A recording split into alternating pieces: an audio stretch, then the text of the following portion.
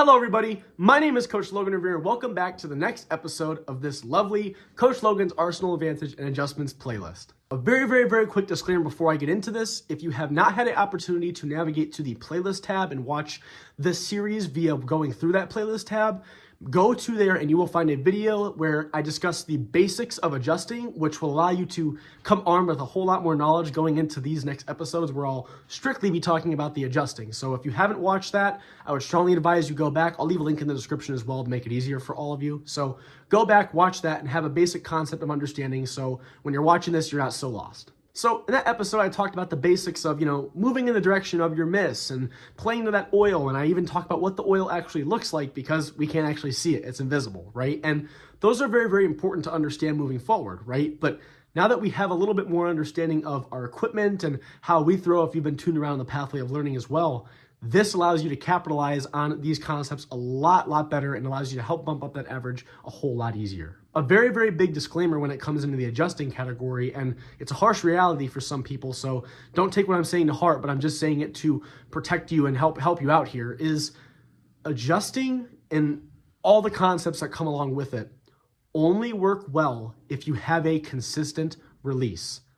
Given that we know how all this technology and how the cover stock and everything reacts off the lane, if you release the bowling ball inconsistently from a release standpoint, this will cause the motion and the way the ball is reading the lane to be incredibly inconsistent as well. So if you struggle with having a consistent release, I would strongly advise for you to take and devote a lot more of your time when it comes to your practicing efforts onto reinforcing a more consistent release so that you can better capitalize on these characteristics of adjusting. Even if you have a non-optimal release, as long as it's consistent, even if it's not optimal, at the very least, your bowling ball will have a consistent motion to it, right? Even if the ball's rolling back at you in the way it's rotating, at least it's rotating in a similar fashion every time, so you can at least predict what the bowling ball is going to do. But if you release it with 45 degrees of axis rotation and 90 degrees and then 2, right? The wheel on the car is turning a different amount every single time you roll the bowling ball. And that's just going to cause, the motion to not be consistent at all, which almost makes adjustments completely nullified.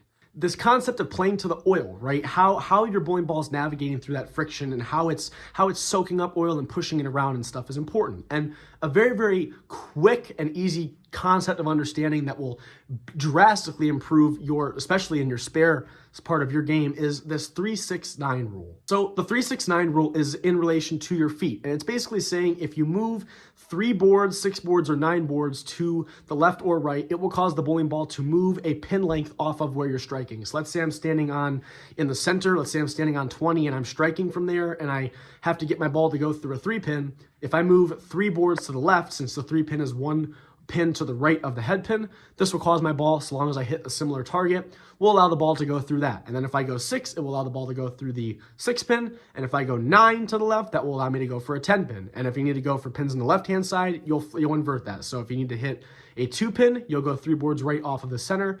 If you need to hit a 4-pin, you'll go 6 boards right off the center. And if you need to hit a 7-pin, you'll go 9 boards right off the center.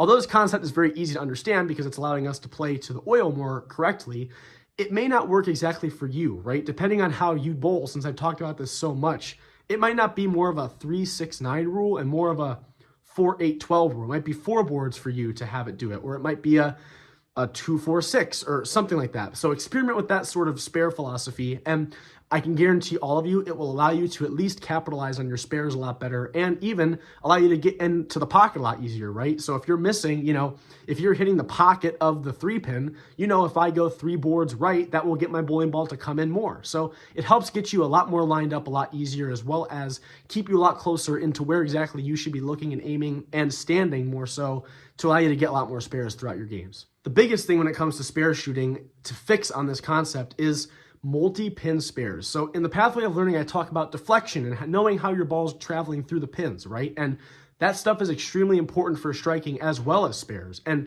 I'll give you an example where you have to play the lane in different ways outside of this 3-6-9 rule to get the spares and get the strikes you're looking for. The best 2 spares I can use to compare this is a 3-9, which is the 3-pin with the sleeper behind it, and the 3-6-10. So for the 3-9, given that it's a pin directly behind one another, we know that we need to get our ball to have an entry angle and have to get our ball to hook into that so it has that less deflection, has more continuity to drive through the 3 and hit the 9 behind it.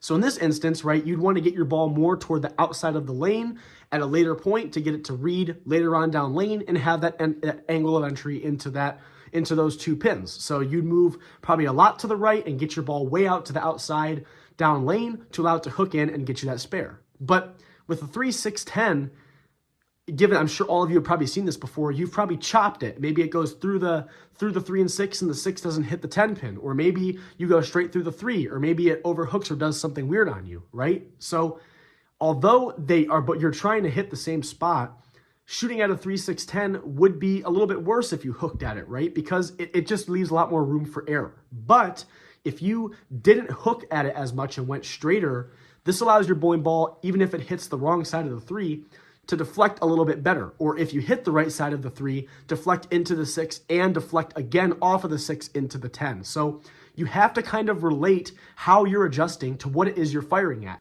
A lot of concepts of adjusting are only great if you actually understand what your ball is doing as it's going through the pins. So if you haven't had a chance to watch that either on the Pathway of Learning in the first episode, definitely go reference that as well, or go reference that after this, because adjusting is only good if you know what the heck is going on up after, right? In a world with adjusting, right, if we could just never move ever and have our bowling ball always strike, then that's perfect. But adjusting is only such a big thing that everyone has questions about, only because they can't get their ball to go through the pins the right way every time.